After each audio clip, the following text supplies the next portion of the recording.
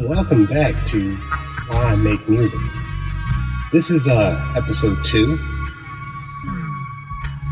of the podcast Why I Make Music. I'm ThinkTimm. Why I Make Music is a podcast that is basically asking the question or making the statement, why make music? Music is something that everyone has in their life. Everyone has their own favorite playlist. Everyone has their favorite artists, their favorite style of music to listen to.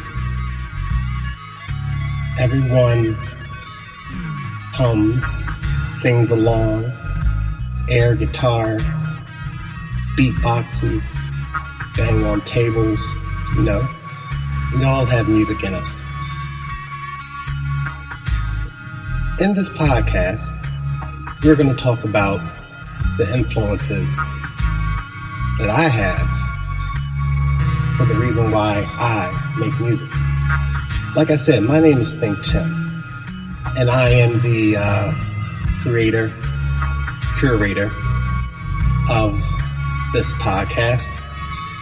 I want to thank everyone for tuning in to our first episode last week. It was a great response.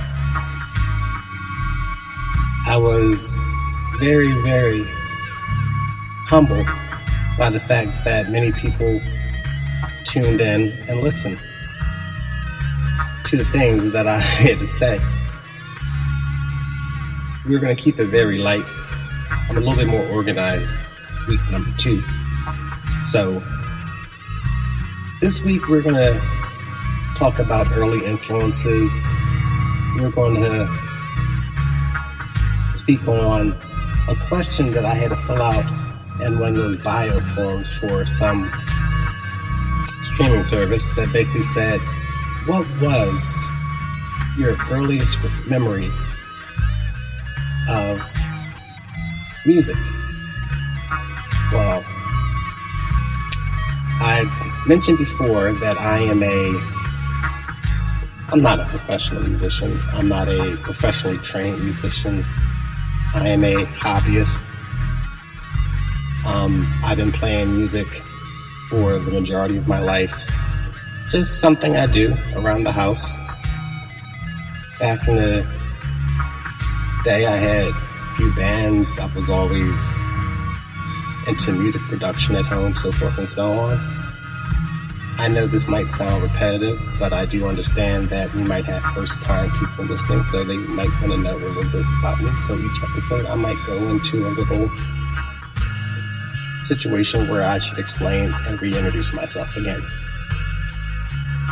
In the background, playing is one of my older tracks done with live instruments.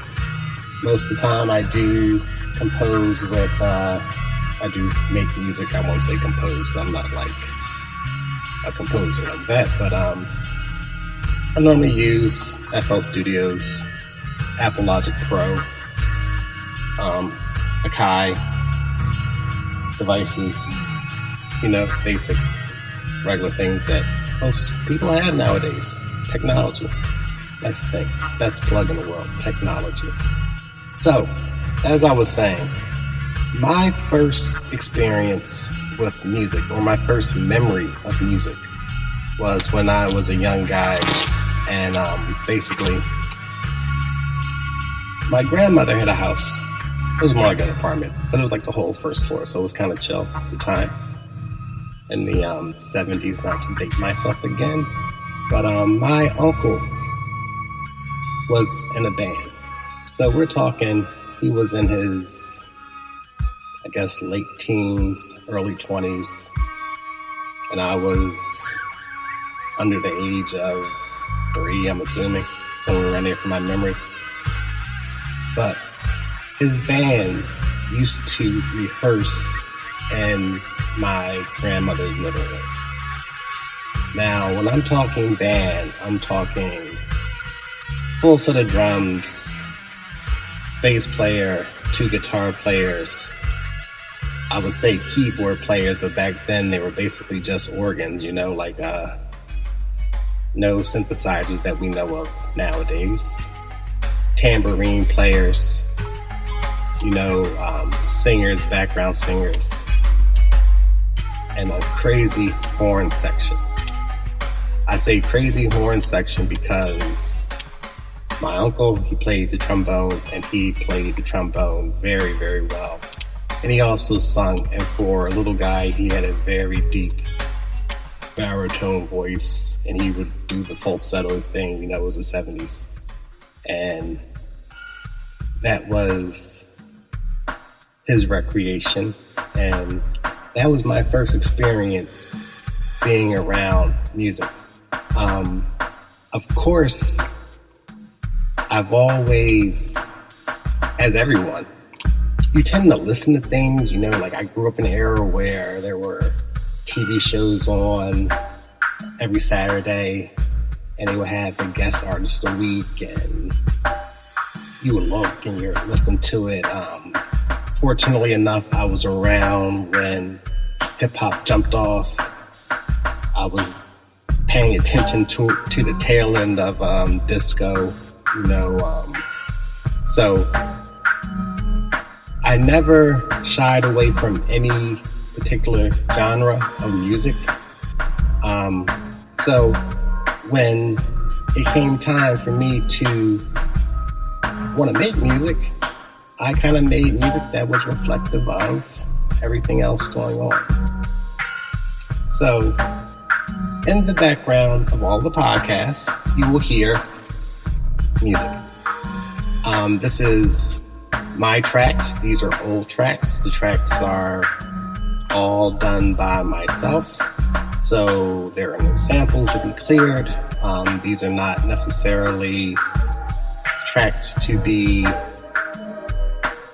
published or tracks that were published. These are just tracks as I'm going through my hard drive and I'm pulling things up, and it's going to be a good time.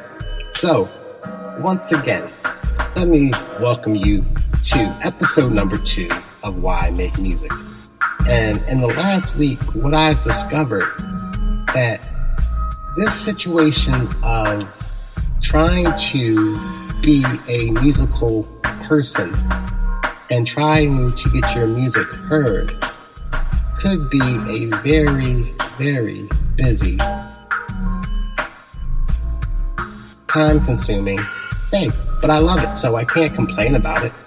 And fortunately enough, my life is structured so that I have time to spend doing this. Like I said, I record from home. I take care of my other responsibilities, and then I spend time getting this in. So this week, what has gone on and transpired was that I was supposed to take part in an event, which I had to cancel my involvement due to conflicting scheduling.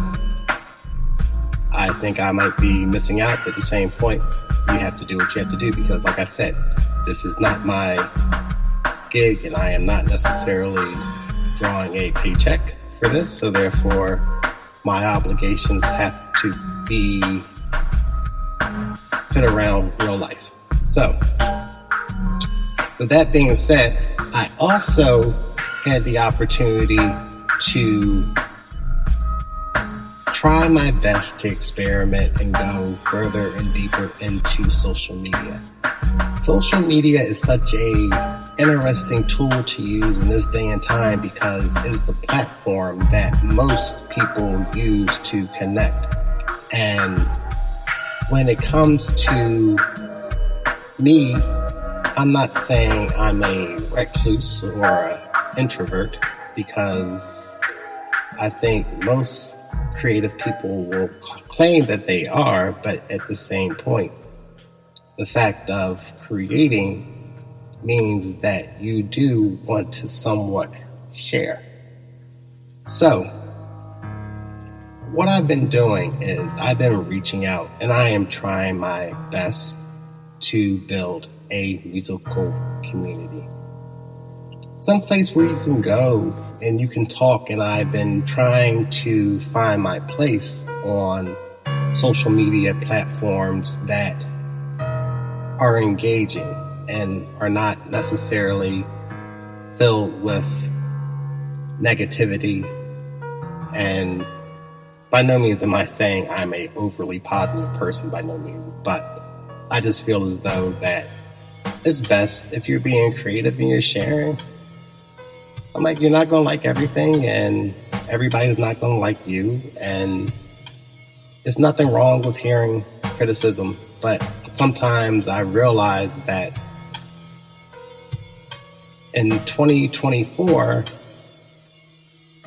there is a lot of people with a lot of opinions that don't necessarily do anything, so it's very interesting, more or less. But anywho, so what I've been doing is that I've been trying not to flood people's timelines with spam.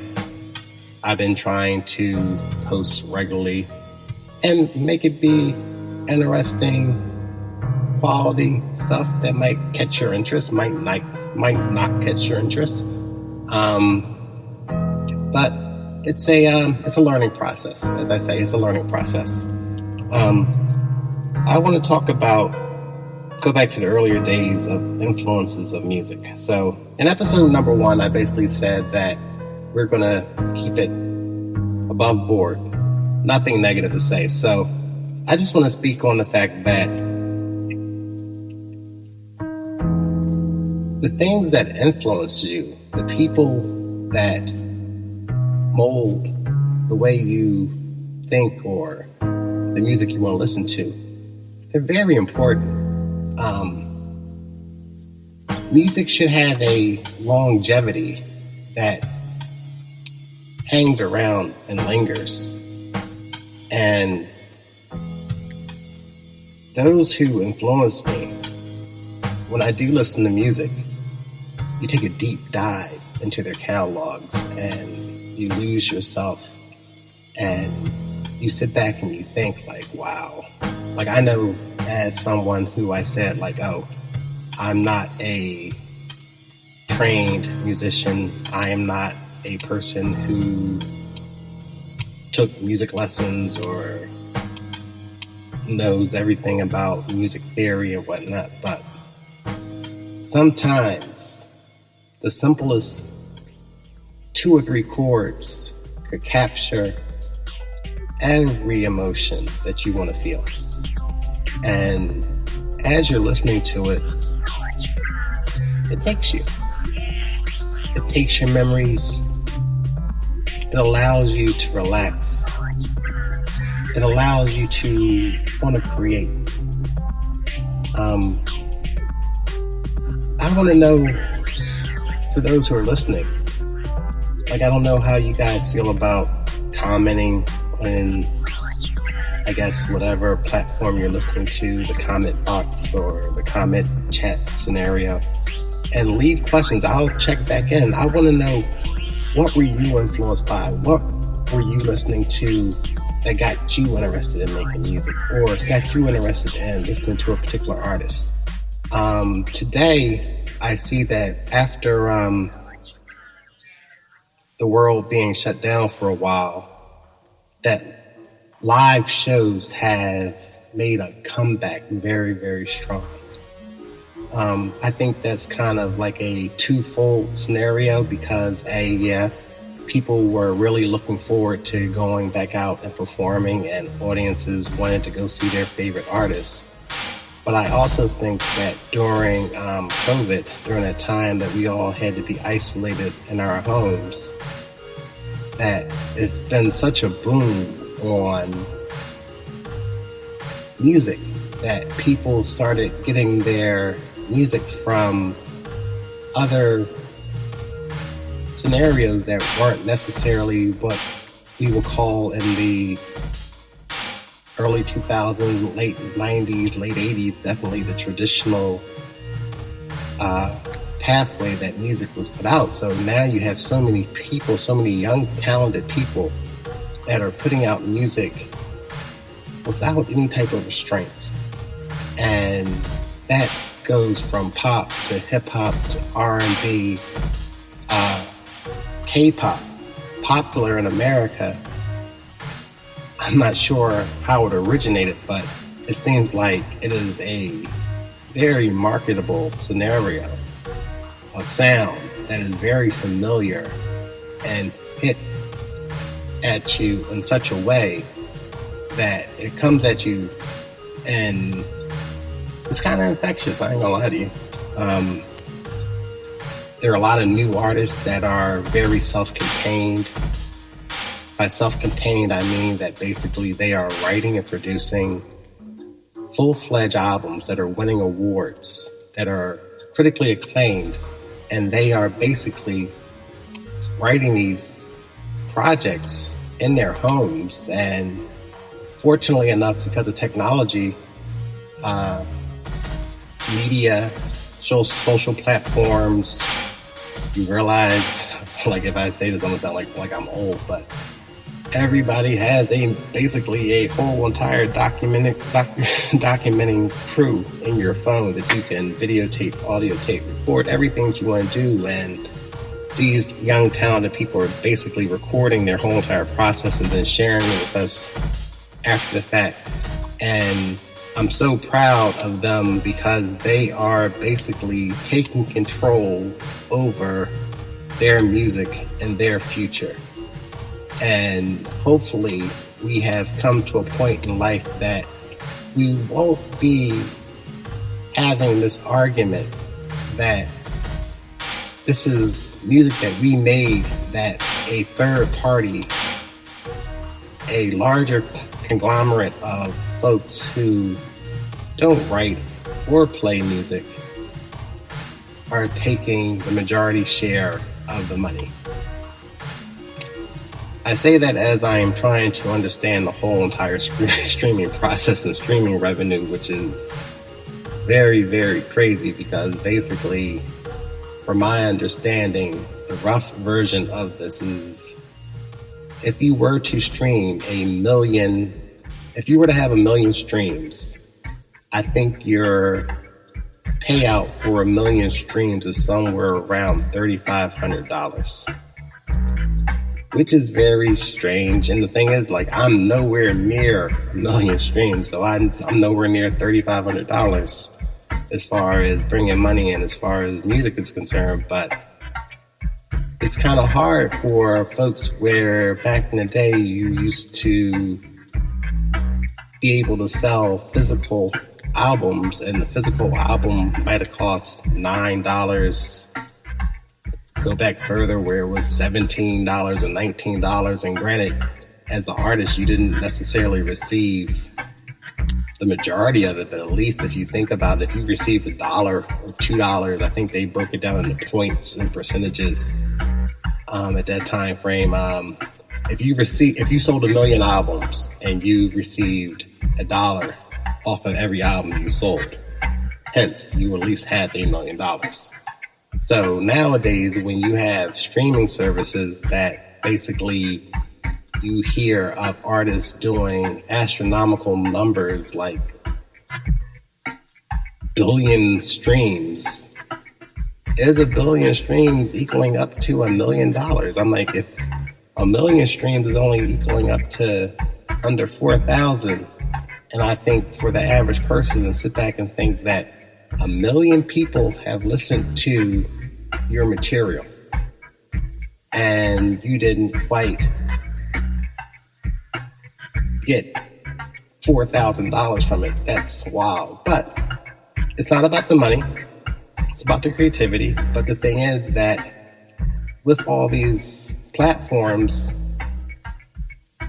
there's a little bit of change to be made. So it's best that you be versatile and try your best to do what you can do. If you're fortunate enough to be an artist that can go perform live. That revenue will become your revenue.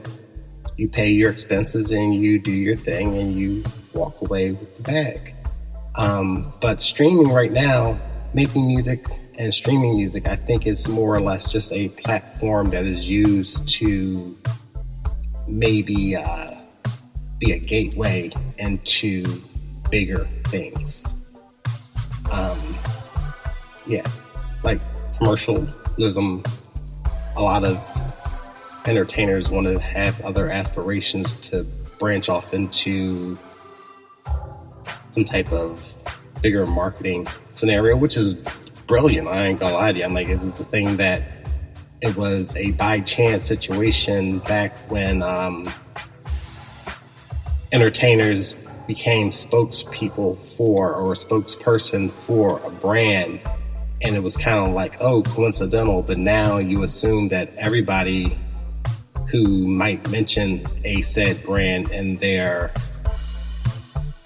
project, in their music, might be eligible by some means or some way to some marketing firm that wants to further their gains.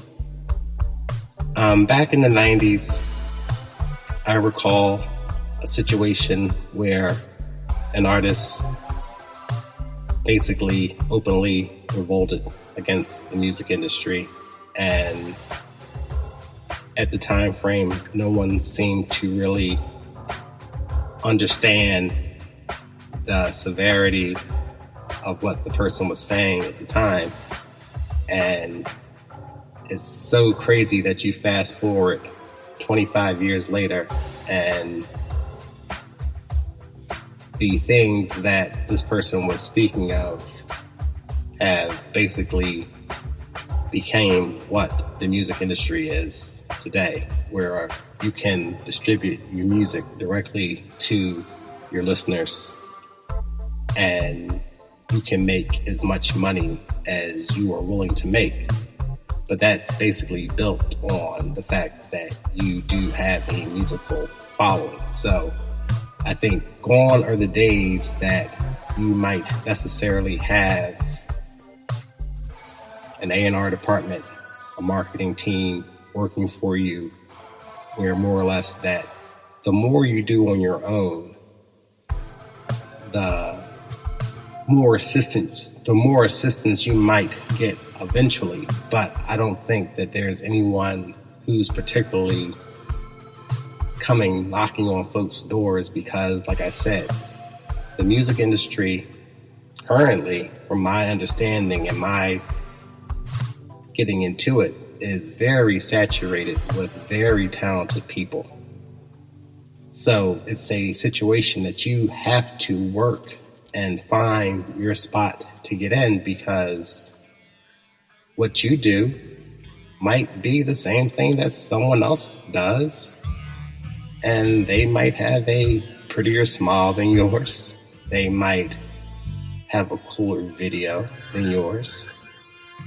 They might have a better vocal range than yours. Their lyrics might be slightly different than yours. Not saying that they're better, but they might be slightly different, which is cool. I'm like, I'm down for it all.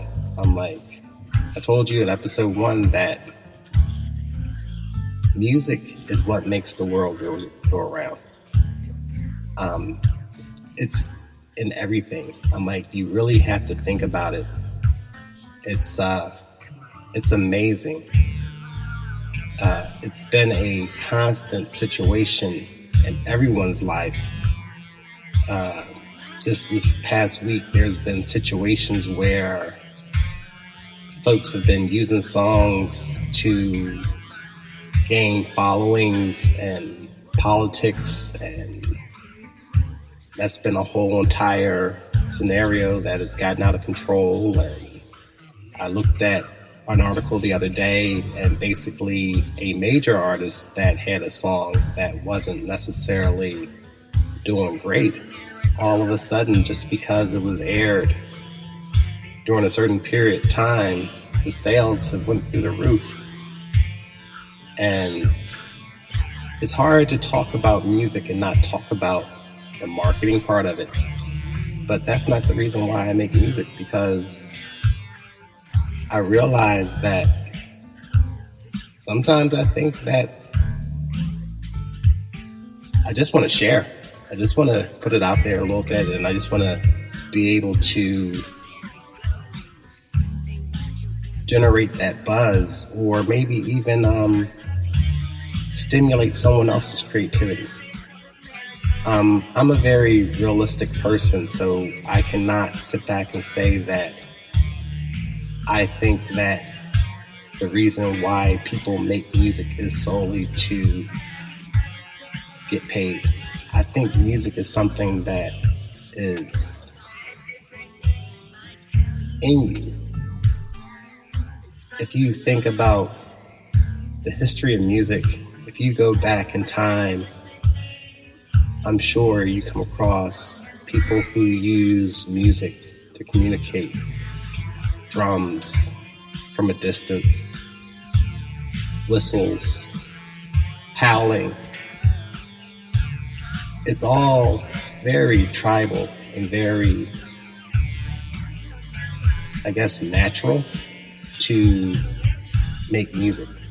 The rhythm in which one speaks, the rhythm of a dialogue from certain cultures are musical. Accents kind of flow. You listen to people talk and it can kind of mesmerize you. It's funny to think about that because I like to consume information. And I say consume information because when I was younger, I read a lot. I wasn't like overly overread or anything like that, but with the popularity of audiobooks, just to sit back and listen to information being disseminated, whether it be entertaining or whether it be factual, just to intake information, hours at a time, it's a great way to do it. And the way the person's voice flows as they say the words in the book. And a lot of times, it's not the person who wrote the book that is reading or quote unquote narrating the book. And the time it takes and the effort that they put into a steady flow to draw you in, it's perfect. It's why I make music. It's something that you cannot necessarily put your finger on. So, another influence I had was a painter. And I tend to like people who do their own thing. I'm not saying that if you could recreate an image one to one, it's excellent, it's perfect. I'm like, it is what it is, but you need to be able to put your spin on it. And that's also part of music.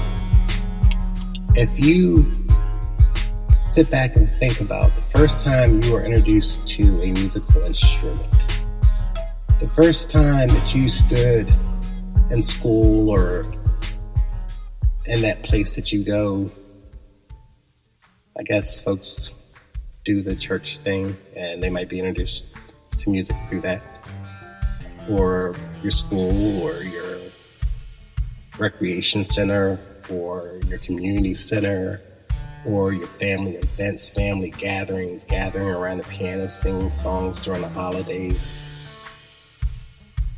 It gives you a good feeling. Tell me, if you're listening, what are your favorite songs to sing? If you had to, because I know karaoke is a big thing, when you go up there and you grab the mic, what's your go-to song? What do you like to sing? And when you sing, are you singing because you enjoy it, and are you singing because you enjoy the reaction that people give you when you sing?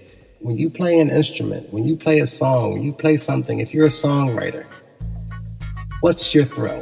What's your turn on? What's your thing that gets you out there? Is it the fact that you're playing a song that you like and you see other people reacting to it, and it makes you want to play it better and more so go rehearse it. So this way, the next time you do it, you're like, oh, wait till I do this, and I'll throw them a little bit more this way. What are the things that gets you going?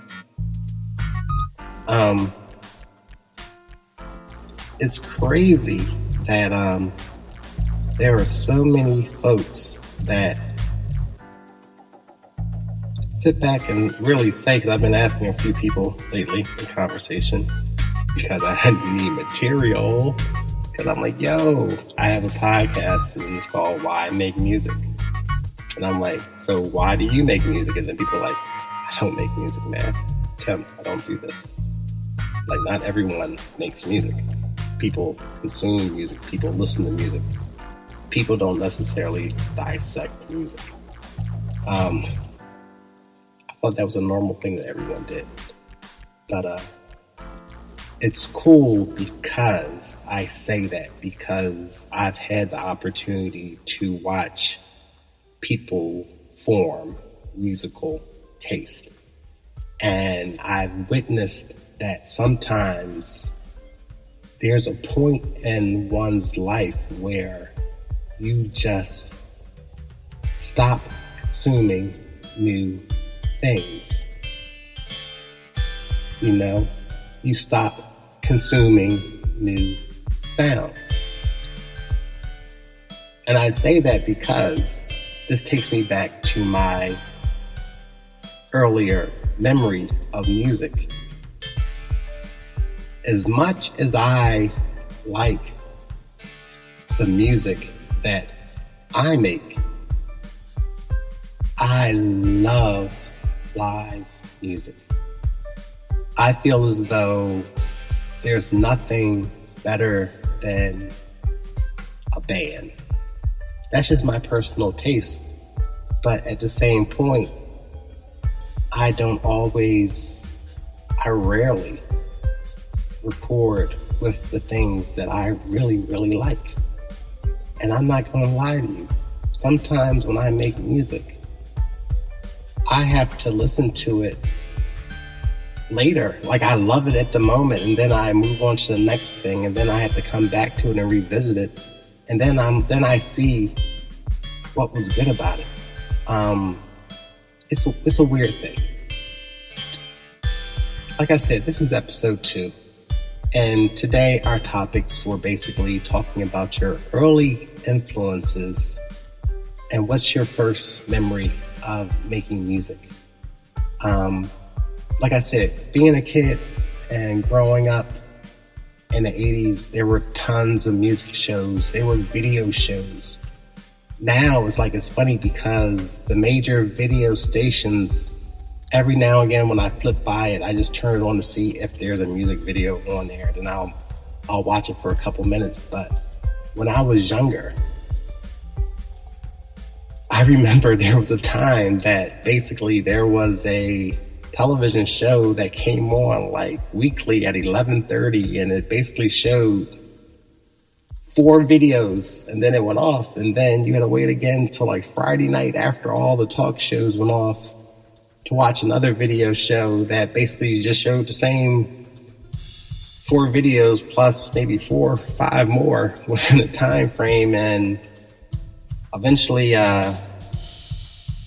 time moved on and cable TV became prevalent, and there were more music stations that were available. And the thing is that we were so limited and so structured to watch and listen to the same thing that you had to know that there was more music out there.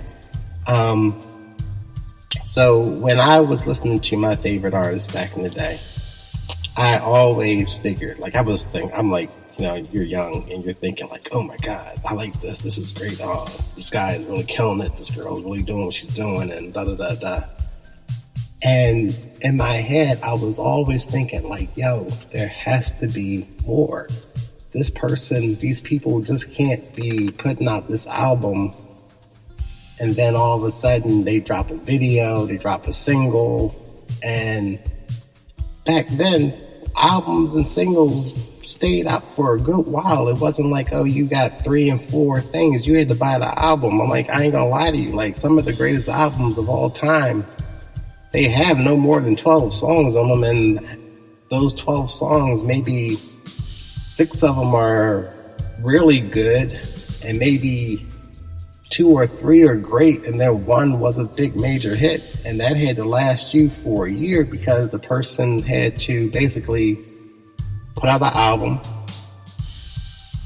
do commercial press, so forth and so on. Prior to videos, I guess they did shows or whatever, they did little live performances, and then with the advent of videos and then touring and whatever, so they would stretch out an album and a single for 6-7 months, an album a year and a half, 2 years.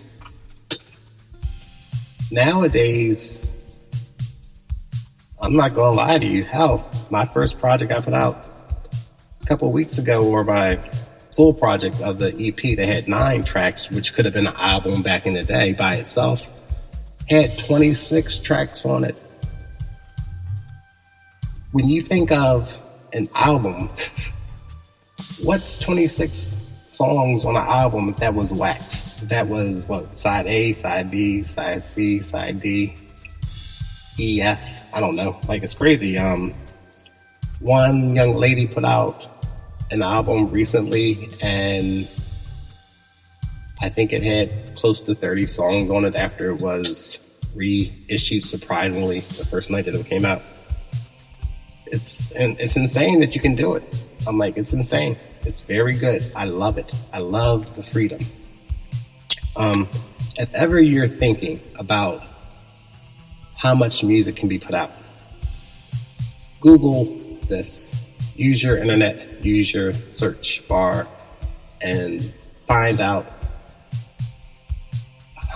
what's the record for how many songs are on an album. And you'll be shocked with the answer, but there is a crazy reason and meaning behind the answer. It's one of those, don't let the number count fool you. It's somebody playing a statistics game, and it's amazing how that goes, but then it's going to go down in history as the album with the most songs on it because it hit a point that it hit the mark. It hit the specifications exactly. So my question to you is for this week, so next week we can follow up on this. And I hope that you communicate, comment with me, talk to me, hit me up on ThinkTimm at Instagram, hit me up at ThinkTimm on Twitter, hit me up on YouTube. These podcasts are now going to be released on YouTube also, so I haven't got to the point yet where I've started implementing video as of yet, but you can listen to it on YouTube. I know not everyone does the podcast thing on the podcast platforms or on the RSS distribution site, but everywhere that you could locate anyone that you're looking for, type in ThinkTimm at your favorite social media account and hit me up on one of something. I'm like, you know how it goes. It's like you leave a comment, I can see it. I'll answer back. I'll hit it back. I'll follow you. Tell me what you like. Tell me what music you like. Like I said, this is our second podcast. We are growing. This is something that's going to be good. We're going to grow a nice community where people can interact and talk about their influences. I know once again I probably got way off track and was rambling, but I think I enjoy this. This is something that I can do, and I enjoy sharing sounds and sharing ideas with you.